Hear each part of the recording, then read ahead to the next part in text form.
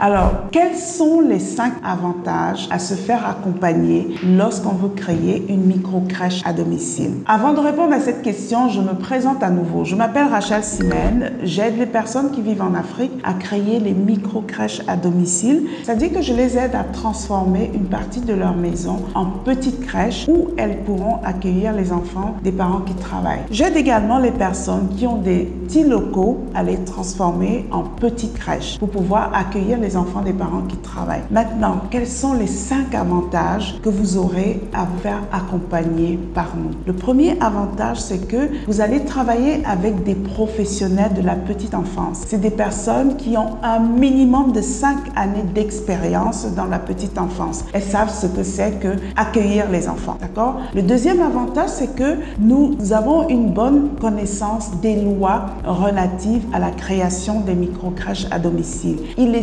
super important de respecter les lois quand on veut accueillir les enfants à domicile. Les enfants, c'est des vies humaines, c'est les trésors des parents, donc il faut savoir comment en prendre soin selon les lois de votre pays. De toute façon, quel que soit le pays dans lequel on se trouve, les lois relatives à la petite enfance sont pratiquement les mêmes dans tous les pays, d'accord? Ensuite, il y a également le fait que quelquefois, les locaux ne sont pas pareils. Certaines personnes ont des grands espaces, certaines personnes ont des petits espaces. Donc, en fonction de l'espace, nous allons vous accompagner. Ça, c'est le 3e point. Le 4e point, c'est que il y a également le suivi.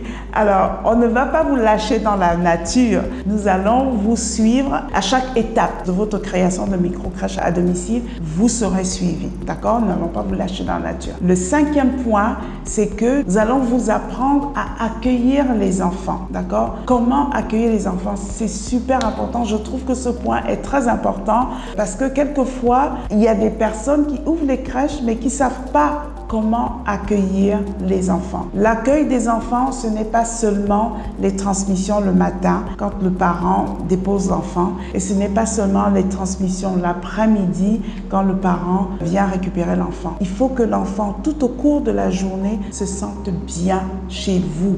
Il faut que l'enfant, à chaque fois que le parent parlera de l'emmener chez sa tati ou dans la crèche, que l'enfant soit content de le faire. Et ça ne peut arriver que si vous faites passer à l'enfant une bonne journée. Alors, comment le faire? Nous allons vous accompagner dans ce sens-là. Donc, voilà ce que j'avais à dire. Et n'hésitez pas à faire un commentaire.